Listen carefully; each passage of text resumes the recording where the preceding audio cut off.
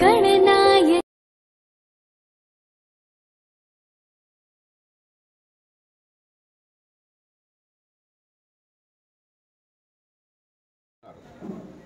ఈ వైసీపీ గూండాలు పార్టీ మారి మళ్ళా అదే ప్రజల్ని కాల్చుకు తినే పరిస్థితి వస్తుంది అని అంటే ఇక దీన్ని సహించే పరిస్థితి లేదు.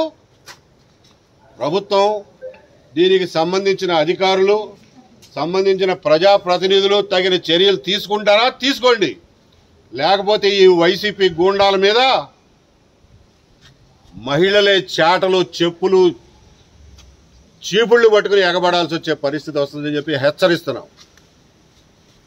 కష్టపడి ఎన్నో దుర్మార్గాలను సహించి ఎంతో అణచివేతను సహించి 5 సంవత్సరాలు ప్రాణాలు ఒగ్గబట్టుకుని కష్టపడి ప్రభుత్వాన్ని మార్చుకుంటే మళ్ళా అదే వైసీపీ గూండాలు పార్టీ మారి ప్రజల మీద స్వైర విహారం చేస్తాంటే అచ్చోసిన ఆంబోతుల్లాగా మీదకు వస్తాంటే చూస్తూ ఊరుకునే పరిస్థితి లేదని చెప్పి ఒక గ్రామస్తుడిగా ఆమెకు జరిగిన అన్యాయాన్ని చూసి సహించలేక ఈ రోజున మండల ఆఫీస్కి వెలుగు ఆఫీస్కి వచ్చి దీని గురించి రిప్రజెంటేషన్ చేసి పత్రికాముఖంగా అందరికీ తెలియజేస్తాం.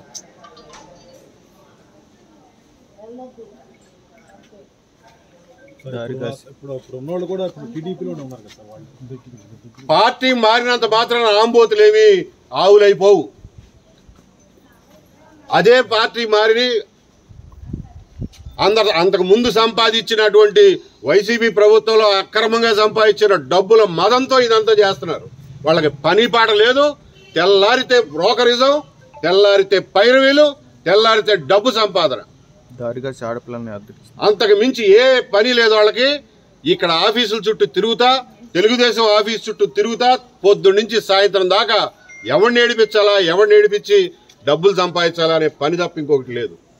వీళ్ళని గుర్తించి గమనించి తెలుగుదేశం పార్టీ కూడా చర్యలు తీసుకోవాలని చెప్పి నేను కోరుతున్నా.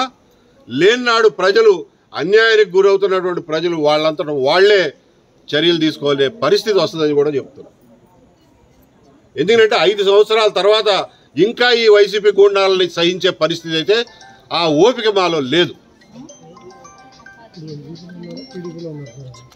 ఇప్పుడు చెప్పారు కదా, వైసీపీ గూండాలు పార్టీ మరి టీడీపీలోకి వచ్చారు. వాళ్ళకి మొత్తం పెత్తనం, మొత్తం అన్ని శాఖల మీద అన్ని గవర్నమెంట్ డిపార్ట్మెంట్ల దగ్గర వాళ్ళదే పెత్తనం నడుస్తా ఉంది. ఇది అయిపోయిన తర్వాత ఒక మహిళ మీద ఏ మాత్రం భయం గాని సిగ్గు గాని లేకుండా ఆమెను దారి కాసి పుస్తకాలు లాక్కోవడానికి ప్రయత్నం చేశారు. దాని మీద కంప్లైంట్ ఇస్తే దీని మీద ఏం చర్యలు తీసుకున్నారో వాళ్ళ పోలీస్ స్టేషన్కి పోయి కూడా అడగడానికి నిశ్చయించుకున్నాం. అలాగే వీళ్ళని ఆటోలో తీసుకొచ్చినందుకు ఒక ఆటో డ్రైవర్ని పట్టుకుని కొడితే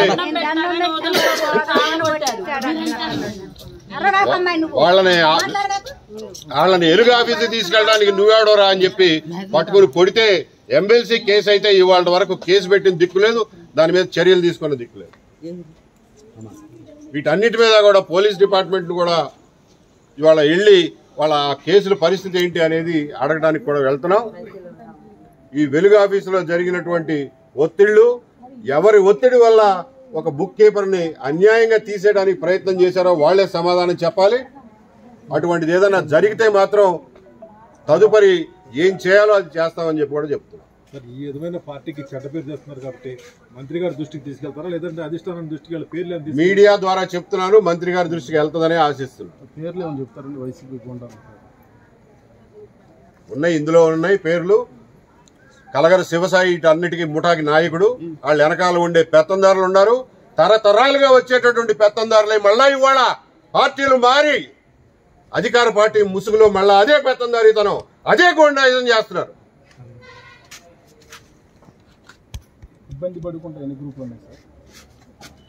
ఇబ్బంది అని చెప్పిన గ్రూపులు 9 గ్రూపుల వాళ్ళు కంప్లైంట్ చేశారు. అందులో 4 గ్రూపులు డిఫాల్టర్ గ్రూపులు, మిగిలిన 5గురిని కూడా బలవంతాన సంతకాలు పెట్టించారని చెప్పి వాళ్ళు చెప్తున్నారు.